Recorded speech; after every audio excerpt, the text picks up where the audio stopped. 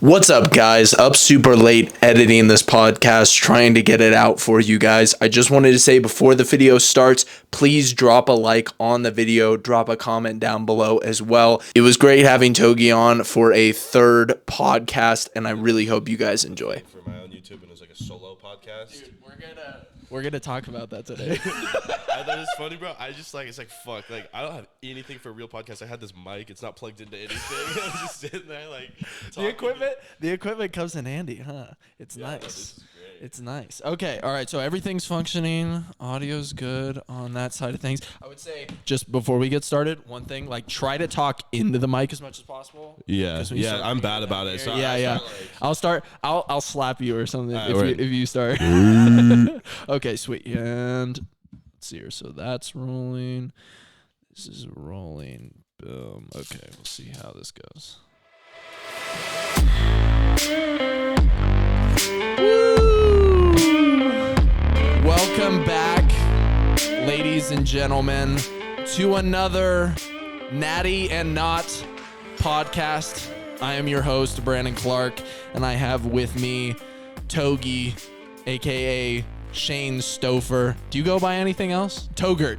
No. Togert is a term in which my fans use for there can be lots of things that are Togert, but that's not my name. I'm sure you can use your imagination and figure out what we call I Togert. see. Okay, but yeah. No. It started with the moisturizer splattered on the wall. Yeah, and everyone's like, oh, Togert. But no, it's not like my nickname or anything. Okay, so that's not his official nickname yet. Okay, well, we'll see how many you end up with at the end of your career, because I have a feeling there's gonna be more for sure. Oh, hopefully. Let's see here. Okay, well, let's go ahead and get everything just up and running. Give me the short breakdown. Who is Togi? What have you been doing for the past week? Who is Togi? Hello. First of all, thank you for having me on. I'm excited to be back. It's always a pleasure to be on the Natty Not podcast. But who is Togi? My name is Shane Stouffer. Togi, if you're not familiar. Used to be big, king of gear talk, really big, in the whole glorification of steroids. I've been there. I've done that. I'm not going to try and pretend I didn't do it for a little bit. I've eased up on that. But since then, we've transitioned more into really just my whole life is all about being a degenerate, as degenerate as it gets, and I think it's I feel like every single time we do one of these podcasts, you guys should go back and watch number 1 and watch number 2.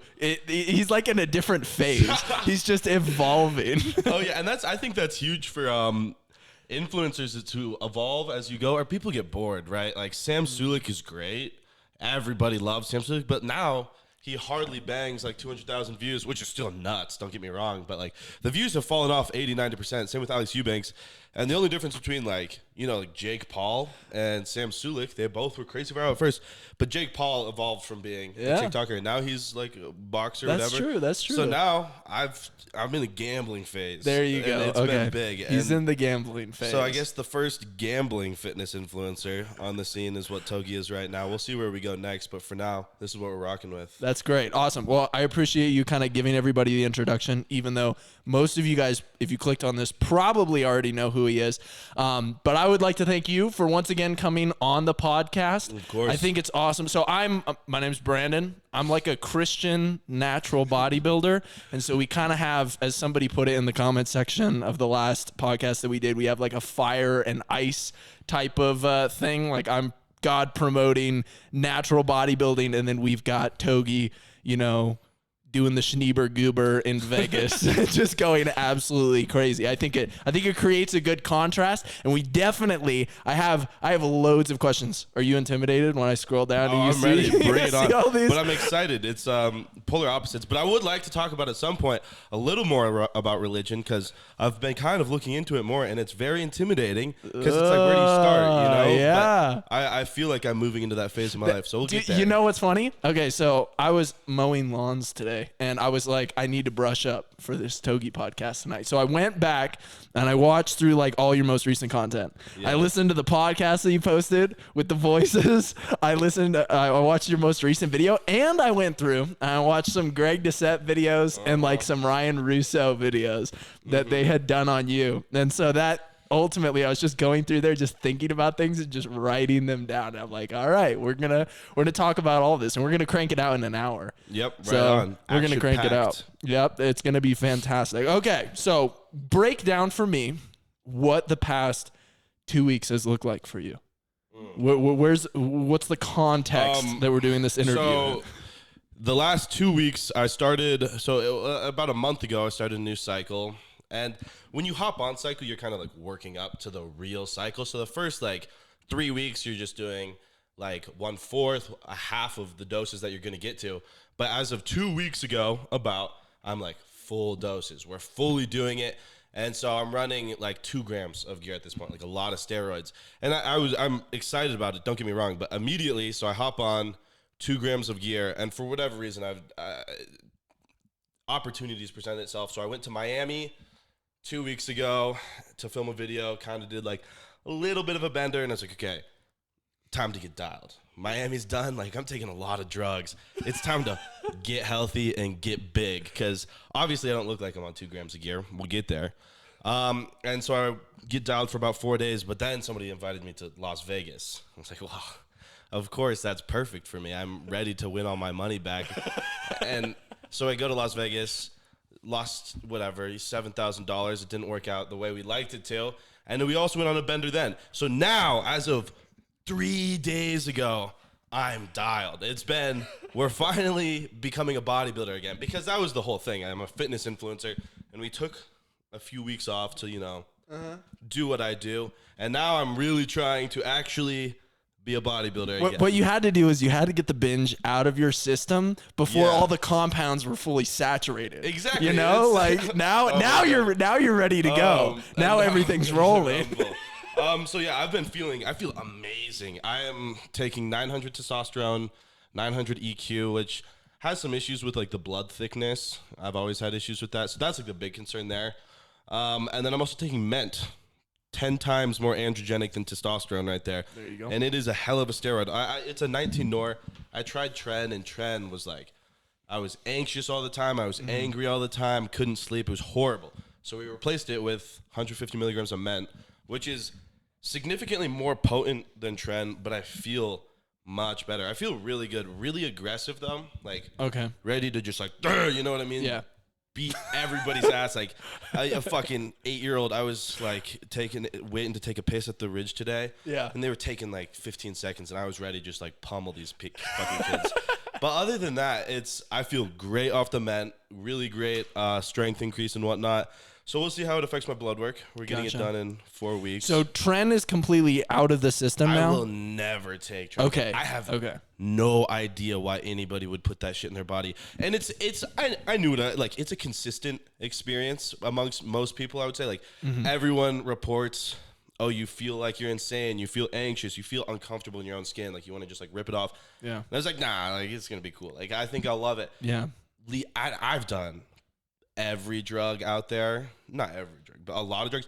Tren is by a decently large margin my least favorite thing I've ever put in my body. It's so interesting that that's the one that tends to get glorified so much and so many people throw around, when in reality it's just so toxic. And so many people that I know too, like, they go on it and they end up just being like, no, this is not worth it at all. I was convinced that my girlfriend was like trying to assassinate me.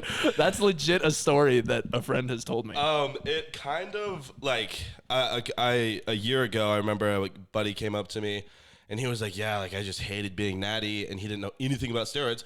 So he's like, yeah, I bought a vial of Tren and I started taking it, and it was horrible. I'm never taking steroids again. And it's kind of like meant to be, I guess. Like, if you know nothing about steroids, for whatever reason, people pick Tren because it's the most glorified, and then you have a horrible time, and then you realize it's not for you. And I think it's good that, like, if you don't know what you're doing, you dabble with Tren, it's horrible, and then you're done fucking with steroids. Because if you're gonna take steroids, like, you gotta know what you're doing, or it's gonna be a horrible time. Baby, Tren just works super well for you. You have no problems with the mental side of things. One of my friends, his first cycle was 700 Tren. Oh and my gosh. 500 tests. I was like, who told you to do that? My Who gosh. told you to do that? That is sorry. so wild. Oh my God, I'd probably literally kill myself. Okay. So I have a couple questions about the Tren escapade. You had mentioned that you like blocked a few of like your closest friends while you were on it. Dude, That's 100% real. Yeah, and well, I said friends. Most of it was girls on my phone. Like, they say something that's like a little bit snarky, and it's like, bitch, you gotta go. I can't be doing all this. And then one of them, I actually was like, fuck, like this girl's pretty cool. I shouldn't have done that. And I fucking unblocked her 2 weeks later. I was like, yo, like, sorry for blocking you and shit. What did she say? Did she respond? She didn't respond? Oh, no. It was a wrap. She's gone? She's gone. So that's brutal. Lesson learned there. Okay. So that was one of the things. And then your, what do you call it? Your fraternity kicked you out? Oh, yeah. Because you tried you tried to fight the president? Yeah, but that was fucking okay. We're gonna need to expand on this. A lot of people in the frat didn't already love me. You know, I'm not the most popular in my fraternity just because I don't know exactly why, but a lot of people already don't love me. And so one night we were at a party and I was on the Tren at the time, which I still stand on this. I would do it again if I wasn't on the Tren. But the president was just pressing me super hard. I don't need to go too much into detail, but he was just giving me shit. He was poking at me a little too hard. And I just fucking grab his face and smear it all over the floor. And then it was like a whole thing, and everybody's like, oh, Togi's fucking up the president or whatever. That's Next crazy. meeting, Wait, so you actually got into like a tussle with them? Yeah. It was pretty quick. But like, yeah, this kid's like 150 pounds. It wasn't really much of a tussle. It was more of harassment on my end. But he was being a dick, and I would do it again. And that's what I tell people is you can't sit there and like, because a lot of people, when you're the president of the frat, people get like a big ego. Like when somebody is in a certain position of like relative authority within a community, like even though it's just a small fraternity, he's used to people just like gawking his knobber, and you can't take shit from anybody. You take shit from somebody one time, and for the rest of your life, people are gonna be like, oh yeah, he's a pushover. We can like push at him. So I'll stand on that ground forever because I still think I was in the right there. Okay. But either way, the next like fraternal meeting or whatever, I don't go to the meetings.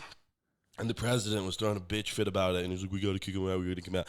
And everyone in the frat listens to the president. So, yeah, I am not allowed to go back to Kappa Sigma. Wow. There you go. But okay. it was cool. Like, you know, I'm moving out. It was a good experience. I liked the frat while I did it. We remember the frat vlogs. Yeah, the frat vlogs are fun. And they will go down in history. But I'm going to Arizona soon, filming a video at a frat there. So there you go. Fun. That'll be a good vlog. Arizona frats are definitely going to be in another level.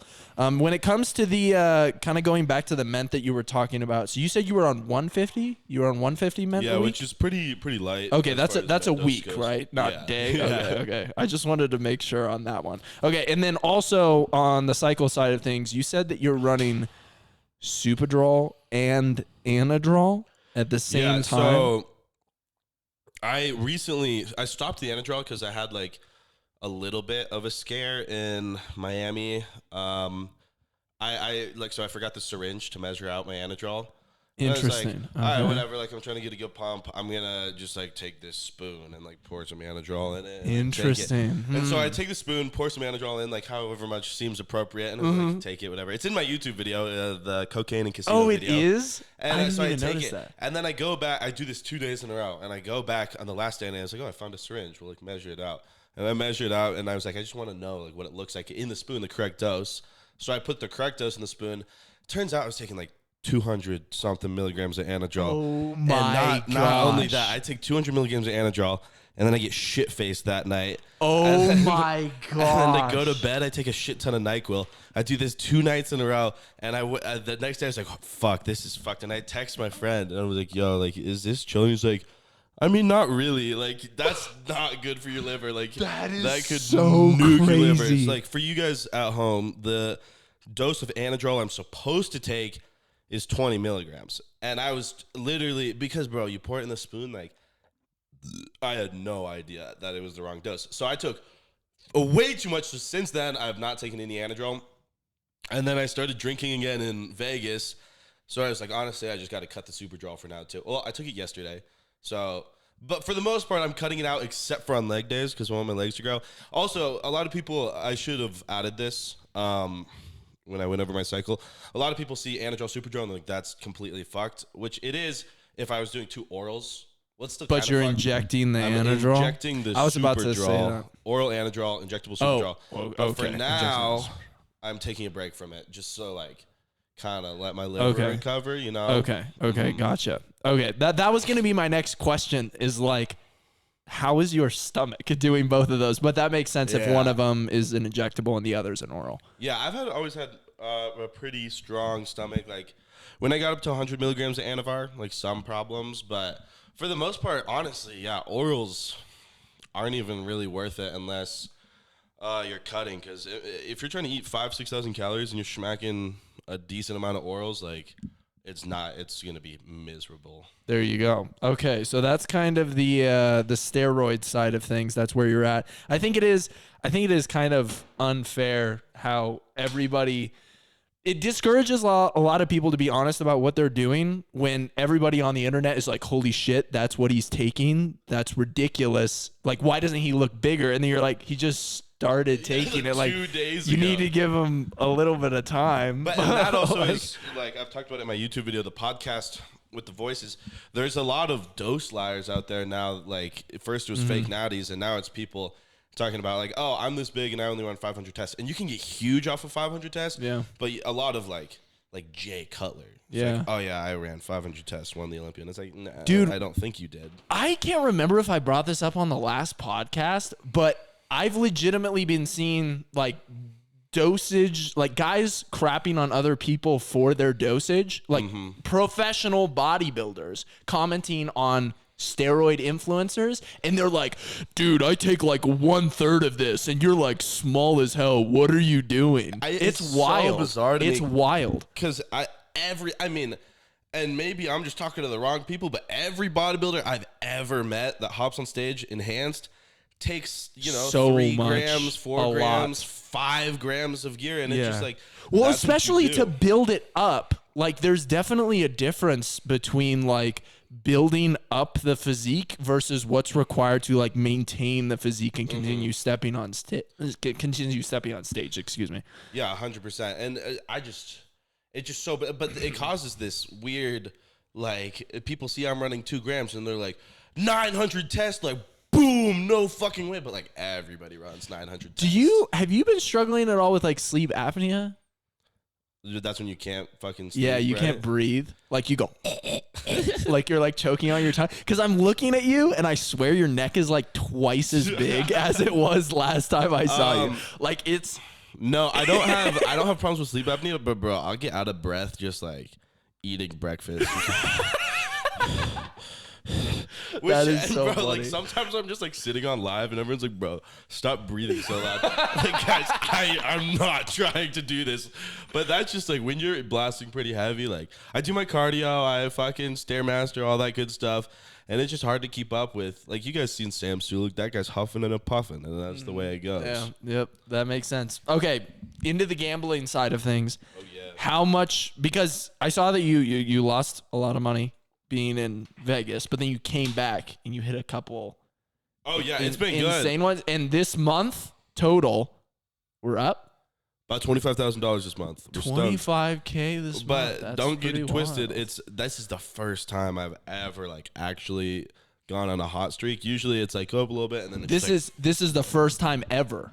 it's pretty much consistently getting rinsed. Like for the past years, like it was getting very defeating, But I think that's how they get you. They know I'm losing, and I was like about to give up. Not actually, but I'm like getting discouraged, and they're like, all right, we'll give him some, give him a little bit, and now I'm hooked. So again. Now I'm funny. ready to become That a is so bajillionaire funny. doing Oh it. my gosh. But Okay. it's been good. And your losses, because I was watching one of the videos of your losses. It said like since January 1st, you'd lost like 300K. No. So does how that works? does that mean that calculates like how much you've ever gone down? No. Is that so what how it's that doing? works is it's the amount of bets placed. So now it's up to about $500,000.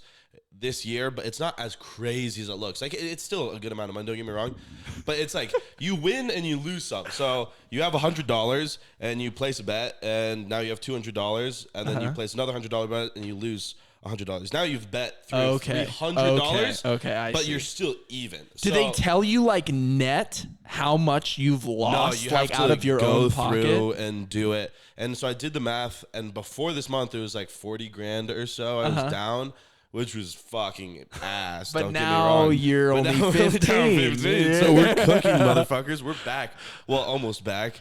So that's the goal. Break even. Next YouTube video, I'm gonna do like the YouTube video after this one. Do a little. I just hit 100K on YouTube, so I'm gonna do $100,000 of bets for 100K on YouTube. Hopefully, break even then. Gotcha. And what happened to the Lamborghini? Like right after, so we talked last time. And I remember I've even like clipped it. You're like, I'm going to drive my shitter till I get the Lambo. And now there's an Audi parked outside. Okay, the Audi, this is a kind of embarrassing story. So everyone knows the Subaru is a total shitter. Like that thing is. And dude, that video when you sold it, I texted you. I texted you. I was like watching it late at night and I'm like, dude, I've never laughed so hard watching a video when you're going to like the 10 different dealerships. Oh my God, that was such a fucking pain in the ass. That was a dope video. That was a dope video. I think that's my most viewed YouTube video. But either way, so I don't have enough money for the Lamborghini yet. We're still getting there.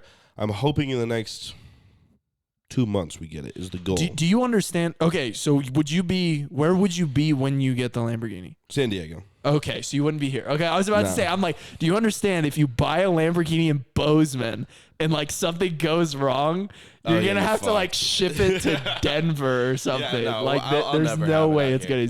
Okay, that makes sense. But I got the Audi because, so like I don't know. I was talking to this girl. And I really wanted to impress this girl, but I had this disgusting Subaru. And I was going to take her out to dinner or whatever. And the Subaru was really dirty. And I was like, I just can't fucking do this. Like, I cannot clean. Like, you saw the video of all the shit in it? That was wild. I couldn't pick up a girl in that car. So I was like, you know what? I can't. I just have to go get a new fucking car.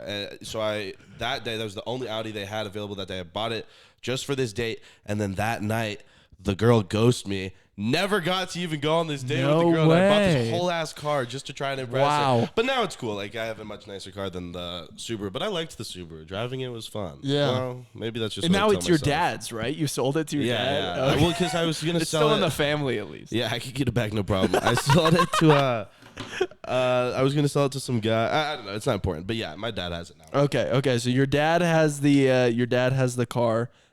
You're up this month in terms of the gambling and everything. Okay, so my next question kind of relates to the Schneeber Goober that you're doing in Vegas, and I assume in Miami as well. Yeah. I watched you talk about how you prefer that drug, and on one of your streams, you broke down like why weed is like a trash drug, which I actually agreed with like a lot of the points that you said, because I stopped smoking weed like personally like 2 years ago or so, just because I felt like it just had way too many negative side effects. And I was only doing it like once, maybe twice a week, and I wasn't getting ridiculously high. But all of those points that you made in that video about it just like deteriorating your drive, it makes you, it does make you a lot like less attractive to women. But as far as like the health effects on your body, do you get terrified of the fact that you're doing that, but then also doing like the steroids on top of it as well? I mean, the body, because the weed wouldn't affect you that much, right? But the weed, oh my God, the weed will make you poor and gay. I'm telling you, it's the devil's drug. Nothing is as bad as you. Nothing is worse than weed. Like at the end of the day, first of all, regarding the Schneever Goober, sometimes I'm sitting there at 8 in the morning, I'm like, this is it. That like, I had a good fucking run and I am dying. I'm like, oh my gosh, taking like 4 or 5 mLs of Nebivolol, trying to get my shit to slow the fuck down so I can go to sleep and not fucking die. But my gosh, the thing is, when you text somebody at this point, is that Tanner? Your coach? Like, yo, Tanner, you're like, is this okay? And he's like, not really, bro. Tanner's like, bro, like, nah, like, you can't be doing all that. But it's like, he gets it. Tanner's a good coach because he understands that like he's gonna give me the right advice, but he's gonna let me do what I want to do. Yeah. And he knows that I'm not an idiot and I'm taking the risk. But I think the body is decently resilient, and the how much it has positively affected my life to switch out weed for Schneefer Goober is in fucking insane. In high school, I smoked a ton of weed, and I was just a loser in high school, just like a stoner, like really like in my shell, tail between the legs all the time. And I think everybody can be like, I would not have guessed that. that's what I'm saying. But I've always been this version of myself, like really outgoing, always just like all gas, no brakes, great ideas, very entertaining. But then I started smoking weed every day, and it turned me into a grade A loser. And I think everybody has like the spark in them to be absolutely a high performing human being. But a lot of people choose. It's just the choices that you know, what you decide to put in your body, how the content that you decide to watch affects everything so much. So I'm in high school, biggest loser. Then I stopped smoking weed, 19 years old. Within 6 months of stopping smoking weed, millionaire. And then I start smoking weed again, $50,000 in debt. And then There's a direct correlation. And then I fucking switch out the weed for fucking Schneefer Goobs, millionaire again. And it's within a year, I'm telling you. And do I need the Schneefer Goobs? No. Like, I can do shit like this podcast sober. I'm not fucking needing to like, hold on, bathroom break and go. Bathroom break, here we go. But I enjoy vices for sure. And if I'm going to participate in a vice, I'm going to want to do something that allows me to excel in my career. And while it is worse for my health, the worst thing you can do for your health is be poor and gay. And if you're smoking weed, you're going to be poor and gay, and you're not going to have any money to take care of your health. You're not going to, your mental health, just being poor is horrible for your mental health in itself. I can agree with that. Yeah. So that's why I would say cocaine is healthier than weed. And you can tell me the science nerd bullshit about how, weed is not addictive, cures cancer. That's my least favorite when people say weed cured cancer. You know, Bob Marley died of fucking cancer. You can't tell me that weed cures cancer after that. And that was the biggest trap, bro. When I first started smoking weed, have you seen that drug chart? And it's like how damaging each drug is for you. There's this chart, it's a stupid fucking chart, and it's like weed's at the very bottom, whatever. And a lot of people fall into the trap of like, physically, weed's not that horrible for you, sure, but your mental health and what you do, how you spend your time, like if you spend all your time just baked, eating Cheetos, watching TV, that is way worse than getting racked and starting a business. And that's just a fact. So that's why I made the switch. I think that your assessment of the weed side of things is solid. Not the Schneefer Goober, I just won't even touch that part. And it's one of those things. I've never done it, so I'm not sure how much I can talk to it. It definitely it sounds more appealing because it is, it's giving you energy. It's a stimulant versus taking away your energy and sort of squashing your drive. So I understand why it's now your current but and a lot of people think I sit here and just rip fucking Schneefer Goobs all the time. I'm a busy person. I can't just be high on drugs all the time.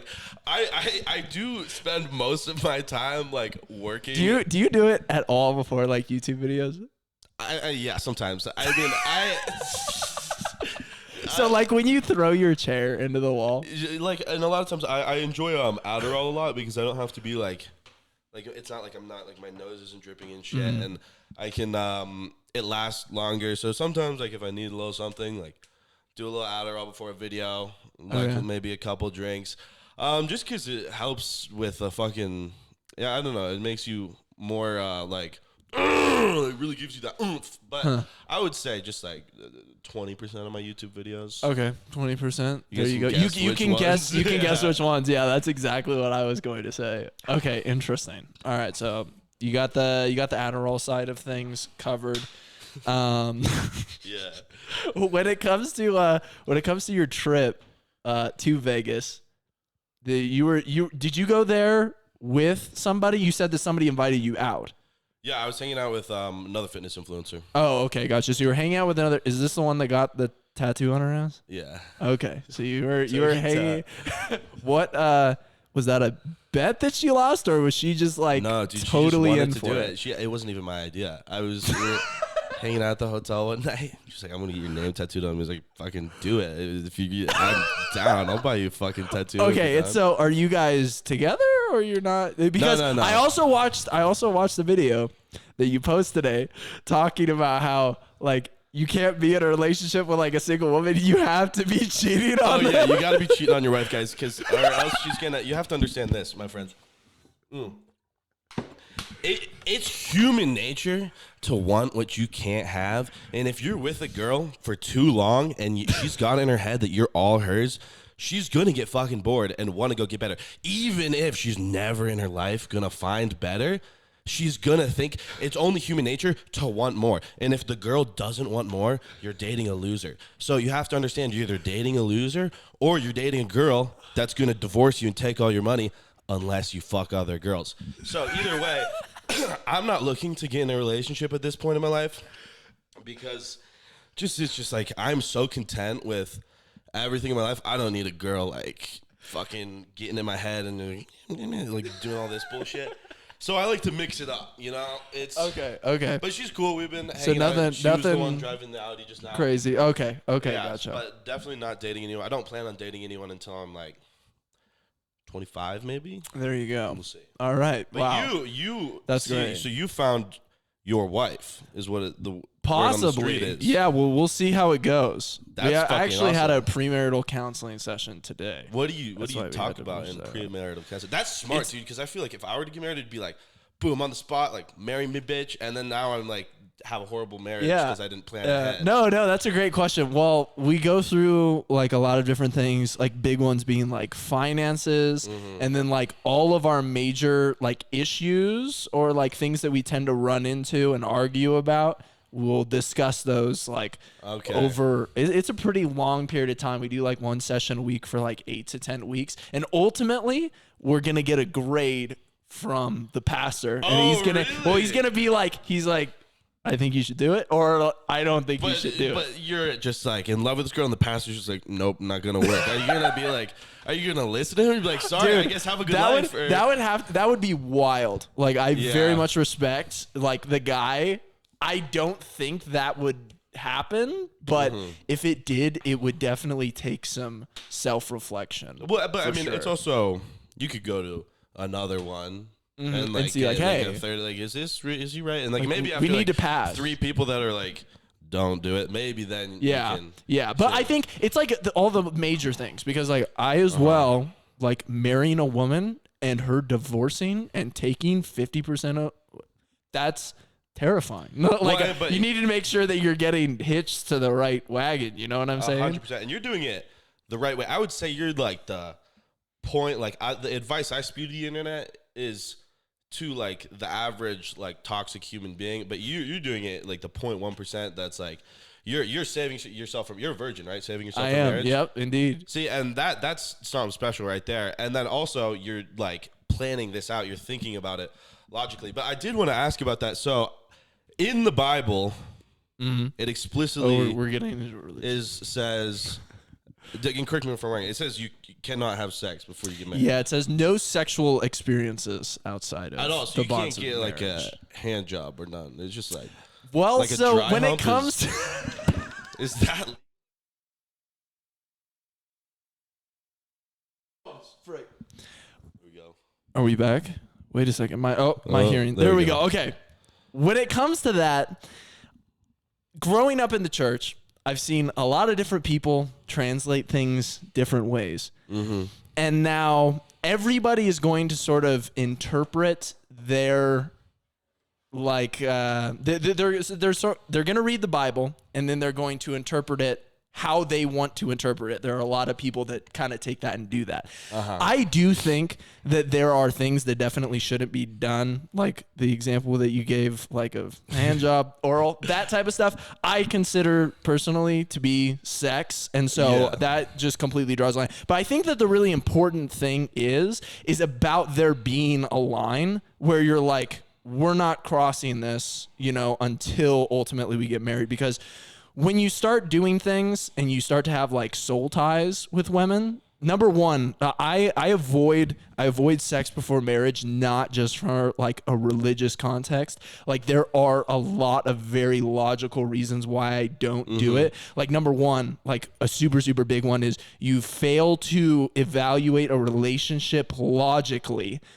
It's very, very difficult to analyze the relationship logically when you are sexually active with the other 100%. person, because you're like, well, okay, this person's like crazy and they're like throwing my shit against the wall and they're screaming, but at the same time, like, like exactly. But that's why a full 360 on that idea. That's why I say, even if you're not dating somebody, well, that's why I say you got to fuck multiple bitches, because if you're dating a girl and you're having sex with only this girl, your judgment is clouded. Whereas if, like, of how horny you are or whatever, if you can go out and be like, I'm just going to go fuck this other girl, then you can evaluate the girl for what she's like. But yours is a more ethical approach to evaluating a relationship for sure. But I'm having a difficult time understanding. So it's up to interpretation as far as the religion. A lot of people do, like, and take do you think they're wrong like, for that?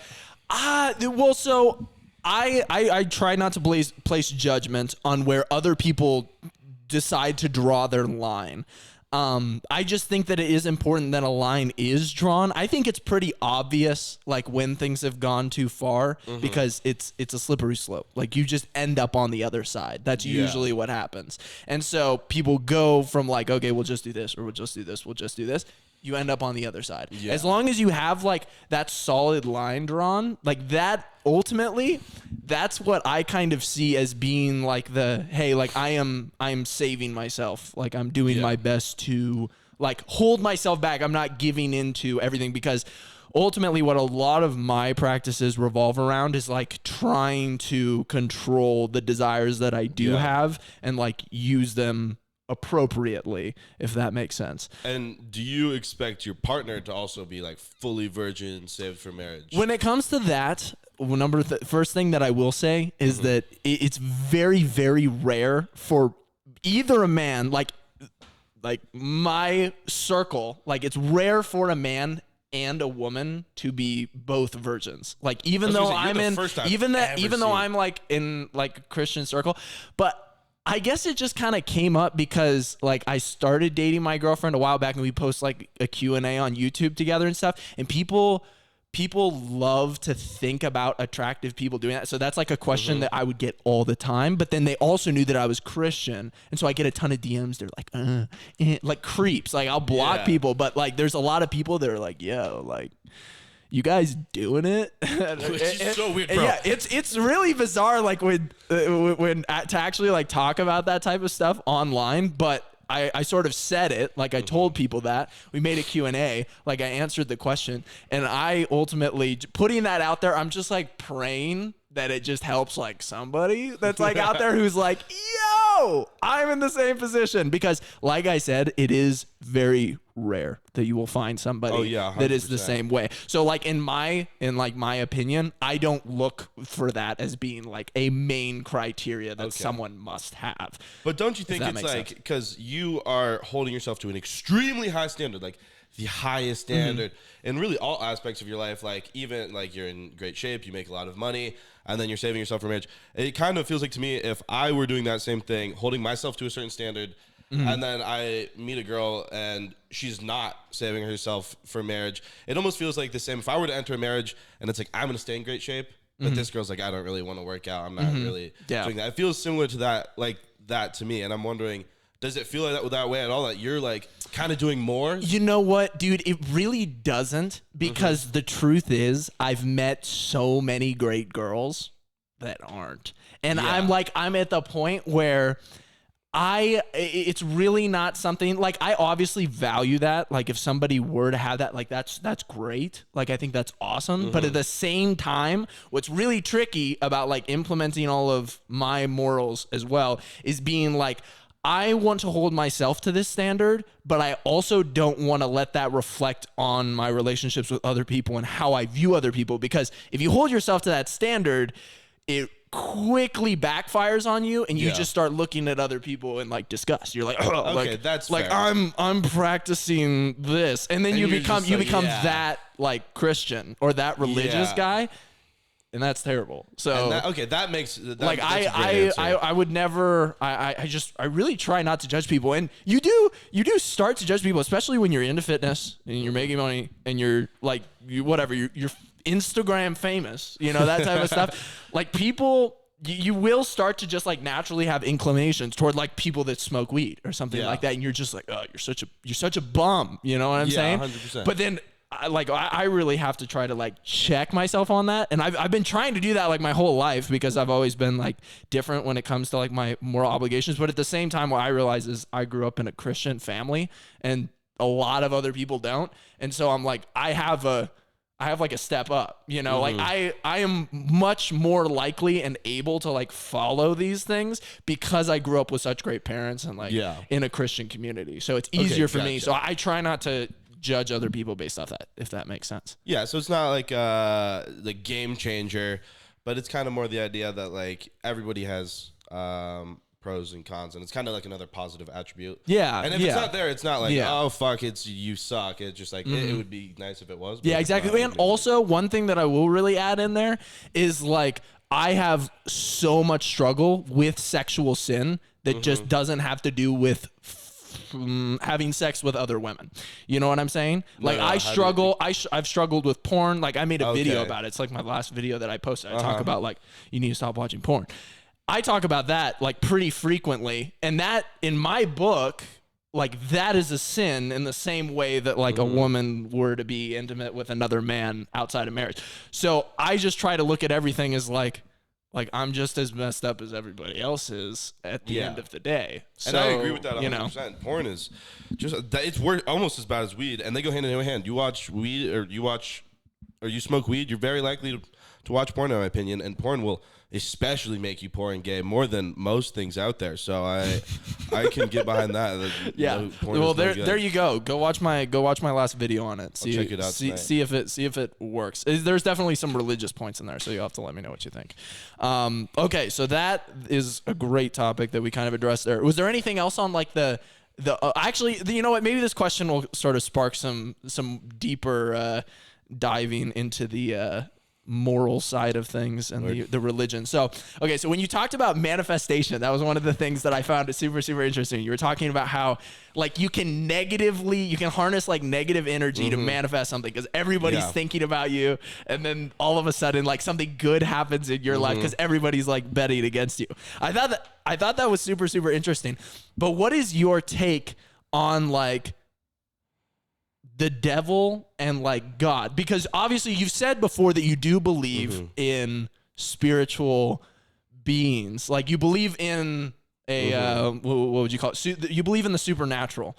Do you believe that there is like an evil in the world, and that there is like a good in the world, and that they are 100%? There is fundamental evil. Like some of the shit people do, it's like you hear stories and you're like, what the like that can't even be human. Like those actions cannot be attributed to regular human thought. Like there is something pure evil influencing these decisions, and so that alone to me proves the existence of God, that if there's something that evil, there has to be a opposite. Yeah. So 100%. Yeah. And so you still don't know exactly what that is, but you are convinced that there's a force for good, there's like a force for evil. Yeah. I spend a lot of time thinking about God and the idea that like God truly loves me, has a plan for me. Everything is like, if I am kind to people and do the things that I need to do, like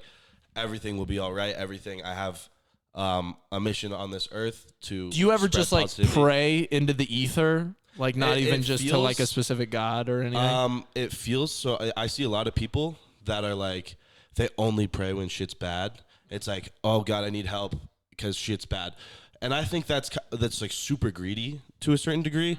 So when I'm like down bad, I don't find myself praying. I find myself being very grateful when things are good, and that's like one thing I really practice and has benefited my life.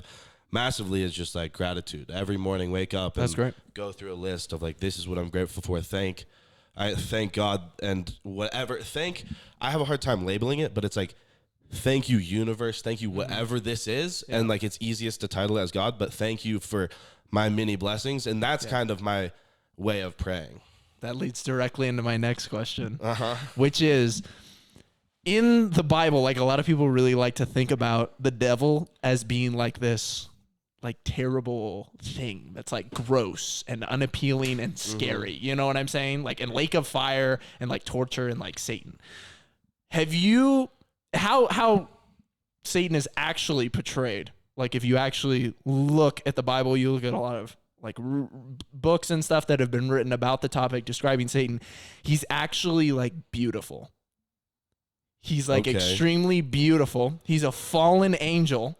And like a lot of the time will present himself as something beautiful. And there is an idea, and I very much believe this to be true, when it comes to like the success of things, whether it's social media or financial success, just success in life in general. Have you ever sat down and thought and been like, are the blessings that I am receiving from God, from the good force, or from the devil, from the bad force? I've never thought about it in that specific light, but I've thought the exact opposite, that something horrible happens and I was like, this was God or somebody protecting me. Like a good example was my Instagram with 500,000 followers got deleted. Yeah. But that was not the content that I was meant to be making. Like there was no positive outcome or positive impact on the world of that content other than me making money. Like I was pretty much a walking fucking ad. Every gear edit I ever posted, and this is a lot, at 99% of fitness influencers have sold their soul to large companies and they don't give a fuck about anything they put out other than people using a code. And that's how when I first started, I actually started posting content just so I could get a code with ResearchM. Wow. All I wanted was a code. And so every video I posted was an ad, and I was making insanely good money.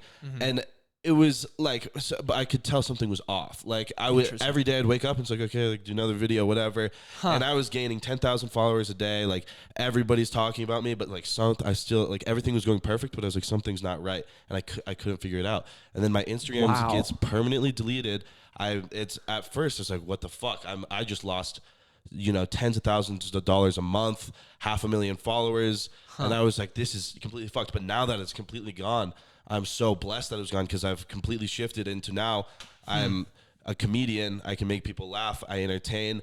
And I get so many DMs from people, and it's like, really like, thank you so much for your content. This and that has benefited me in whatever way. But I never, when I was doing the gear edits, I would never get DMs like that. It would just be like, you inspired me to take Trent, which is like not a good. And it's like, I talk a lot about like not so great.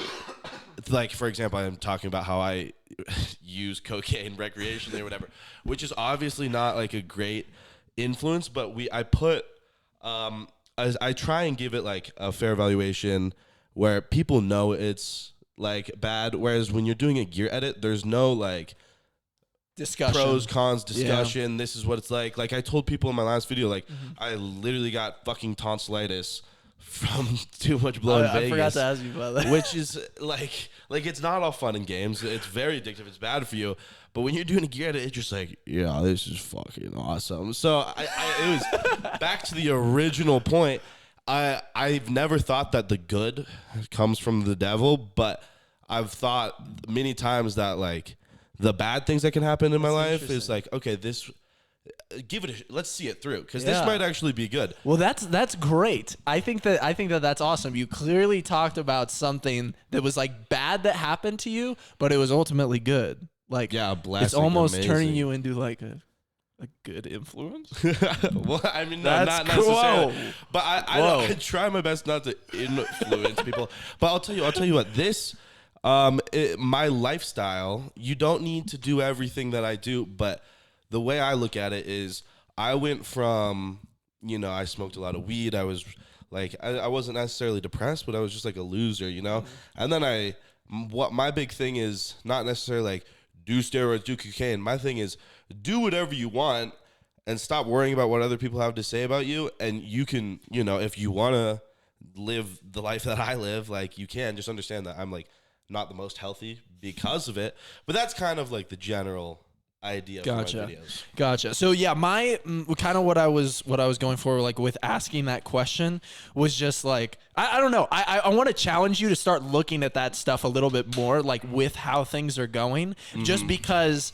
Like I said, like the devil, like a lot of the time something's terrible that's happening to you and you're like, oh my gosh, like it's the devil. Like I can feel it. Like, or it's like this bad energy, when in reality, like I think that I always tell my friends stuff like this, but I'm like, the easiest way to destroy somebody's life. And you see this with everybody that like comes to fame very, very quickly. The easiest way to destroy someone's life is give them a ton of money. Like give them a ton of money. It's like the easiest way. Like all these streamers and stuff like that, as soon as they get like good sponsors, people are sending them like millions of dollars a month, like just watch them go down the drain. Like it's crazy. And so it's almost like like the blessings are flooding in, but then at the same time you have to stop and think like, where is this coming from? Like how is it affecting me? And like, is this ultimately for the good, or is something trying to throw me off? Because you see it with like every lottery winner, you know, like every single lottery winner, they lose all of their money. They end up homeless or drugs, like dead. Depressed. Yeah, like it's ridiculous. Like it's crazy. It's never a good thing. So I think about like like as fast money, like as being like a very, very similar thing, as well as like fast fame.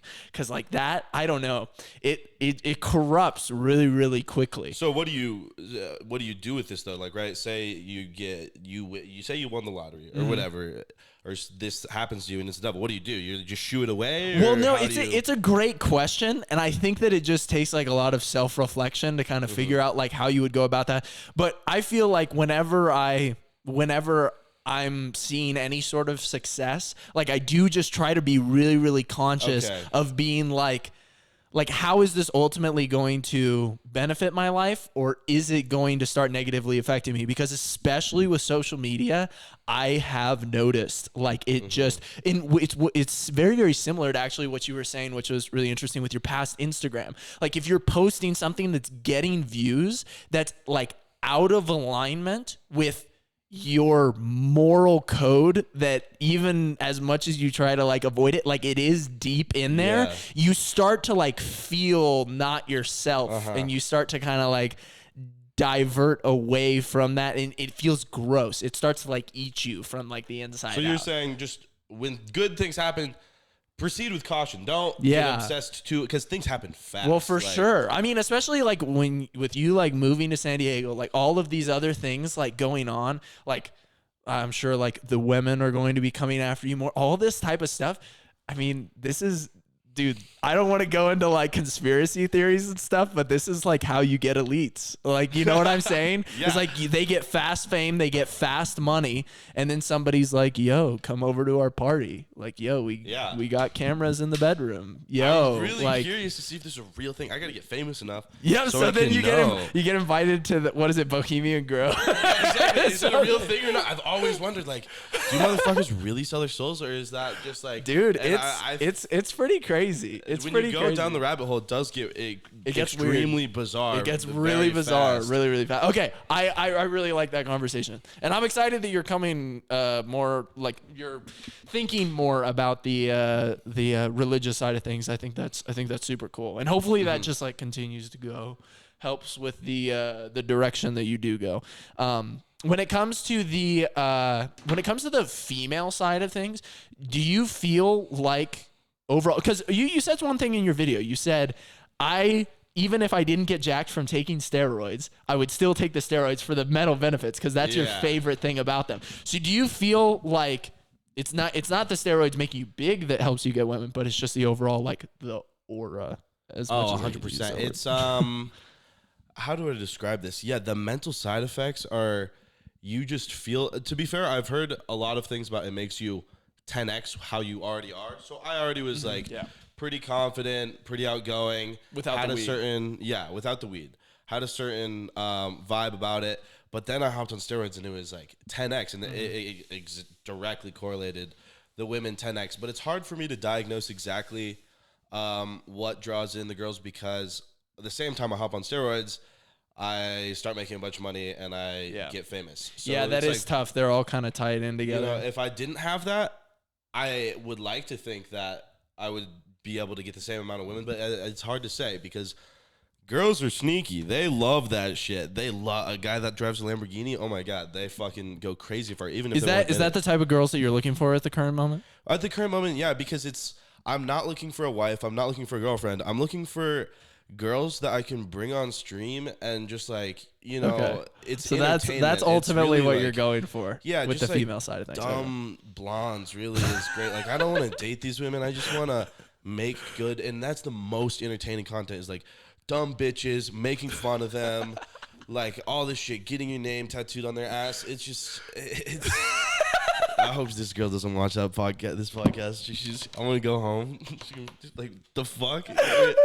Oh my gosh. Yeah, I'm not looking for a wife right now. Okay, gotcha. So just in general, like the hoes have flown ever since you. Yeah, and what's interesting is, do you know who Rowan Kardashian is? Yeah, I do. He's a character, bro. I ever since I met him, I get any girl I want just because the way he is. You guys should watch his content because he comes off. His content's pretty wild. He's always in my comment sections. Yeah, usually like saying something that's helpful. He comes off like a very cocky dude, kind of self-obsessed, but he should write a book. He sat me down one night and we just talked about like how to get girls. Bro, it's incredible. Watch his content if you want to see how to attract like dumb women. I don't know about finding a wife. If his attitude towards it works, but ever since I met Rowan Kardashian, not to find a wife, but for the entertaining stream content for sure. Yeah, if you just are looking to like, you know, just like fuck random girls, which isn't for everybody. Okay, gotcha. When you're doing any of that type of stuff, does it ever feel like slightly out of line? Do you ever have any sort of like, I definitely shouldn't have done that? Because even my unbelieving friends have told me about times where they've like done some pretty like gnarly stuff, and then they're just like showering or something, and they're just like they're like, 100%. And I was gonna bring this up before. It's like the sex with meaningless sex with women. I compare it to drugs, but I'm well aware that it's a bad habit. When I do it, I do it in moderation, and I try not to do this type of shit, like, because it's A, addictive, and B, just a waste of fucking time and money. Like, you take a girl out to dinner that you're not going to marry, you're not getting any work done, you're wasting your money, especially if you start thinking about these whores. It is like a fucking disease in your mind. So I really... like, and that's another reason, like, I kind of, you know, I don't spend too much time with one girl just because I can't have them in my head affecting my thoughts. So I really am very, very cautious because I know it's a horrible, horrible habit. And that brings up another good thing, another good point. I am so jealous that you're a virgin because that is fucking, bro, it's like sex. I've had so much meaningless sex. Now all of a sudden it's like, I'm fucking girls in the ass. Like, that's not normal. You are not meant to fuck a chick in the ass. But after you have so much sex, it's like, this isn't even exciting anymore. I don't even know what I'm doing here. And it just gets progressively more out of hand. Like, nothing hits like just regular old missionary. That's how it's supposed to be. That's how you're supposed to have sex. I remember when I was first having sex, it's like, you fuck a girl missionary for 30 seconds and have like the most insane orgasm of your life. But now it's like doing freaky weird shit, and it's like, I didn't even know if that felt that good. It was like whatever. So I'm so jealous that you get to experience that, and on top of that with your wife. That's probably like that the level of fulfillment and enjoyment that you'll get out of that experience will far triumph the, you know, hundreds and hundreds of times I've had sex with all these women. I'll let you know how it goes, if it pays off or not, because that's very much, still up in the air. We'll see. We'll see how it goes. Wow, there you go. Okay, that's great. I'm glad that we were able to get into that. Yeah, asking you about just like the whole female situation was definitely on my list. And you said, to kind of go along with that, you said that dating an OnlyFans model is the best job. This is an important topic actually, because I haven't had these thoughts until I started taking Ment, so I don't know if this is a legitimate thought, but it's like I've never thought so clearly in my life. It's like I started taking the Ment and everything is, all the pieces of the puzzle are coming together, because you have to think about it this way. I cannot come home from work and have my wife like, oh, guess what I did at work today, this and that and this. Because the gender roles are perfect for raising a happy, healthy family. But if you have this like crazy businesswoman, whatever, even if a girl works for 6 hours a day, you know what that does to a kid? Send them off to daycare for 6 hours every day. She needs to be there to raise these children. And if she's going out to work and I don't know how to fucking mother a child. I'm a dude with a bunch of testosterone. I'm gonna be like, you wanna fucking like smoke some weed and do some fucking cocaine or whatever? Like, I can't fucking raise a child. So it's very important that women are there. So the only job a girl can have is an OnlyFans model or no job at all. No job at all is good, but the problem with no job is then they're fucking completely broke, which is, my goodness. But the OnlyFans model is perfect. But it's a fine line. It's a very fine line, because you have an OnlyFans girl, you can't have her fucking other dudes, because what that will do to your kids psychologically growing up, having your mother's porn on the internet, he'll fucking probably dirk a schmirk. So you can't have that. But the step down from it, like just, posting half nudes, whatever. It's like these models, like, you think Kate Upton's children are traumatized? Not at all. It's just like a sexualized swimsuit model at that point. But it's perfect because OnlyFans girls can still fall into the correct gender role and raise a happy, healthy child, make money. It doesn't take any of their time. And also, a lot of people, I say this on the internet, people are like, oh, like, you're a fucking cuck. That's not your girl. That's our girl. Motherfucker, you have to understand that that's the same shit as if I were to have a crazy nice car. I'm driving this fucking $300,000 Lamborghini, and I have dudes lining up paying me $5 to look at a picture of my Lamborghini. It's not at all like that's ours. You're looking at what I have, and it's a very empowering thing as a man. This is mine, and you want to look at it. You don't even get to know what it's like to be anywhere near it. You're paying to look at it. So that's why this is the most interesting take I think I've like around this subject. Like, that's super interesting with the Lamborghini comparison and all that type of stuff. So first of all, this would apply more to the more what would you call it, short-term relationships rather than a wife situation. This is my wife. That's I'm talking about crazy. My wife cannot have a job other than an OnlyFans model or like a swimsuit model. Wild. If my wife is working too much, either I'm gonna have to raise a child or some nanny bitch is gonna raise the child, and neither of those are going to raise a happy, healthy kid. That's incredible. So that doesn't feel like weird to you at all. And you're talking about the wife side. I'm going to have to ask you when you're off Mint, and we'll see if that opinion sticks around. These thoughts are so crystal clear. I don't know how I could ever change this. This makes more sense to me than anything. This is 2 + 2 = 4 right here. Oh my gosh. Oh, that's an incredible take. That's incredible. I get that. I get the point of like wanting to have, others like things that other guys look at. I get that. I get a big thing about your partner. It's like driving a nice car. Yeah. Whether people want to admit it or not, like your partner to a certain degree is ego and status. Like, you wouldn't, attractiveness is, in my opinion, subjective to a degree. And if you want something that other people want, and that is the best way to put a numerical value on how gorgeous your wife is. If you have 100,000 other dudes lining up, it's like, yeah, motherfuckers, line up and you can watch.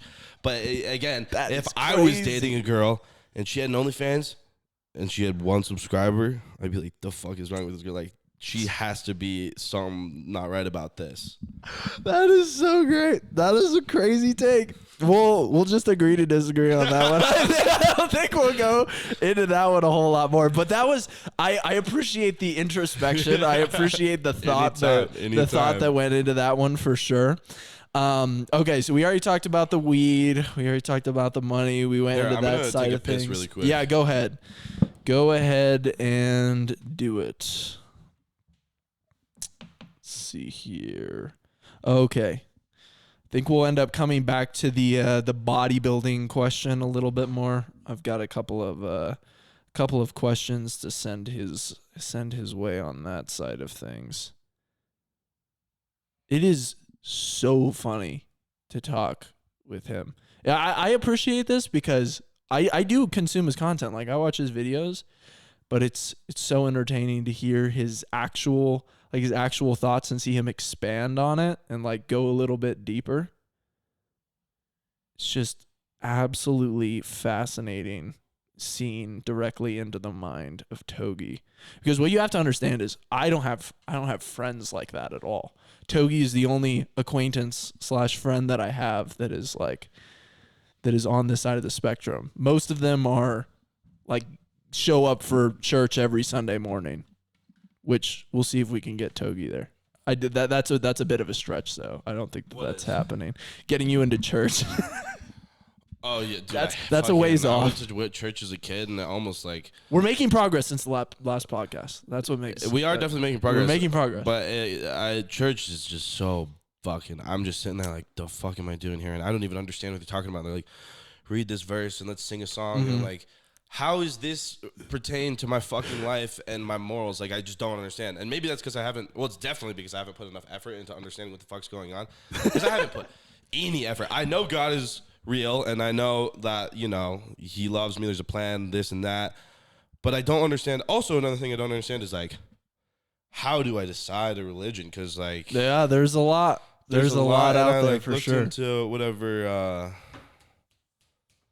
what the fuck Islam? Yeah, I looked into that for a little bit, and it's like, this is insanity. There's half of it makes perfect sense, and then the other half of it is like, you can't have premarital sex. And it's like, well, fuck, I ruined that. And I'm already a horrible Muslim, or I'm already a horrible Christian. So it's like, if there's like any hint of it, we don't have to go super into this side of things. Like, I've got a couple other bodybuilding questions I want to ask you.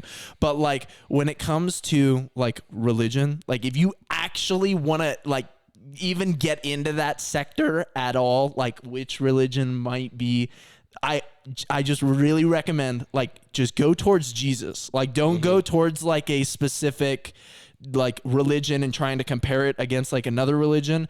Like, go look at like the proof for who Jesus was, like what he said, his teachings, and then just align what you think around that, because that is like the best. Because all religions, like Islam, everybody respects like very much the teachings of Jesus. It's just whether or not the religion actually agrees that Jesus is God, who he claimed to be. Does that make sense?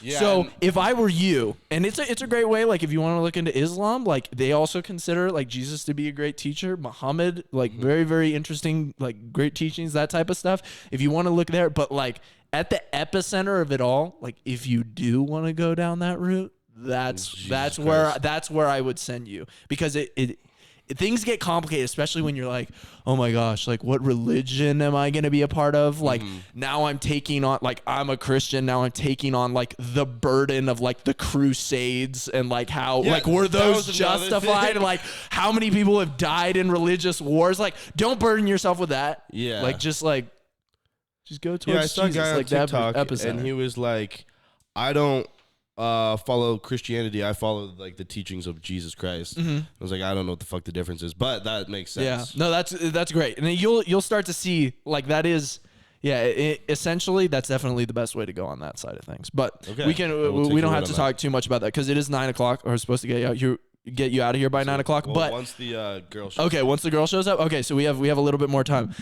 How big do you want to be in terms of like muscle wise? To be honest, not that much. I don't give a shit about being any bigger. It's like, it's because I was thinking about it today after like watching your videos, and I'm like, I don't think this guy like cares a whole lot about like being massive. no, not at all. It's like I want to get bigger to get more views. But as far as my personal opinion on it, like I only got a few cycles left in me before I'm like, you know what, fuck this. Because I feel best when I'm on TRT. You can get huge off of 300 tests, 500 tests, or big enough. I don't need to be an open bodybuilder. I like how my body looks when I'm 200 pounds. The only reason I do it is because it's amazing for my brand. But realistically, it's such a pain to be on cycle. You feel good, but honestly, not always. It's a touchy balance. You either feel amazing or you feel like shit. I have to take, and there's nothing that's like free, you know, that comes at a cost, and it's a tricky balance. It's like, oh, I took steroids, now I got gyno, so I'm going to take relaxafine to get rid of my gyno, but now the relaxafine's making my blood pressure high. Yeah. Now I'll take telmisartan to lower my blood pressure.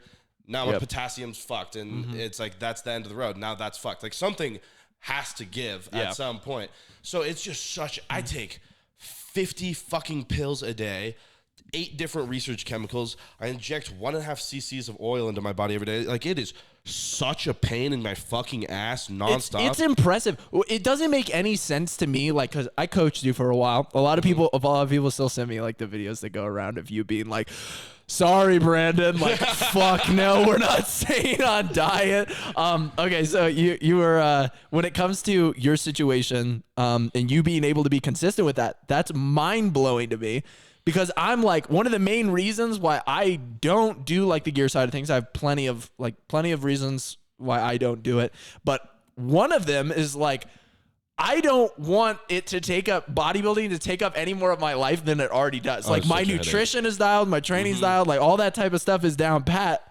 But then you're dialed on like the drug side of things and not the nutrition side of things. Yeah, exactly. So it's like, and as a result, we have similar physiques. Like it all ends up in the same road. After like I've trained, you know, plenty longer than you have. Yeah, but it's just that's like, for sure. I'm looking at it and it's just like, this is not fucking worth it. Like, I enjoyed it, and steroids have done great things for my life, and I love injectable testosterone, and I'll take that for the rest of my life. Yeah. But at a certain point, it's like, I want to enjoy my time, you know, spending my money how I like, you know, going on vacations, doing these fun things. You can't even take steroids out of the country. It's like a touchy subject. Like, you can get in a lot of big trouble for that. Melissa Bumstead. So nonstop fucking dealing with bullshit, or I could just say, fuck this. I don't even need to be 250 lean. Yeah. Like, I would like to get there this cycle just because I'm really pushing the limits this cycle, trying to achieve an amazing physique. But after this, it's like, no, you know what? I think steroids are fun to dabble with. And I think it's reasonable to experiment with them for a few years, but I'm not a bodybuilder. I don't need to do it long term. Wow. Yeah, that is so interesting. It's fascinating that you can stay that consistent with injecting yourself and taking all the supplements that you're supposed to take. And then like it's mind blowing to me. Well, here's the thing. So when you have a cheat meal, the consequence is decently small in the grand scheme of things. A cheat meal is not going to.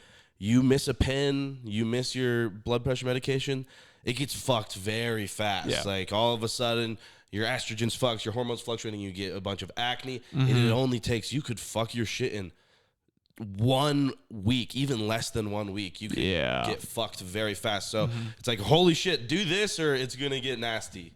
Yep.